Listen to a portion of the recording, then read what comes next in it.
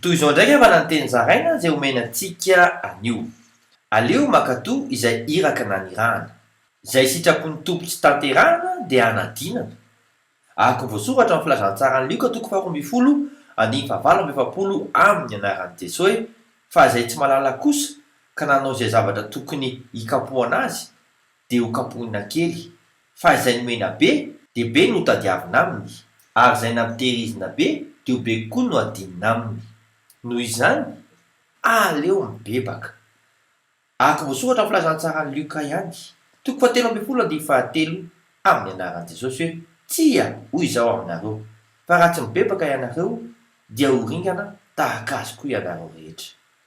Mandray famelan-keloka ahako voasoratra amin'ny Jaona 1:1 amin'ny anaran'i Jesosy hoe raha miaiky ny fahotantsika isika dia matoky sy marina izy ka mamela ny fahotantsika sy hanadio antsika ho afaka amin'ny tsy fahamarinana rehetra. Dia manova toe-tsaina ahako voasoratra amin'ny Romanina 12:2 amin'ny anaran'i Jesosy hoe ary aza manahaka ny fanao izao toy izao fa miova ny fanavaozana ny saina hamantaranareo ny sitrapon'Andriamanitra dia izay tsara sady ankasitrahana no marina.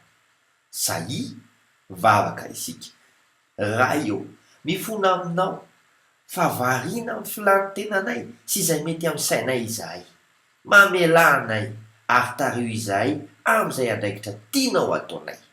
Amin'ny anaran'i Jesosy Kristy velona avy any Nazareta. Amen. Mandra-pioana tompoko.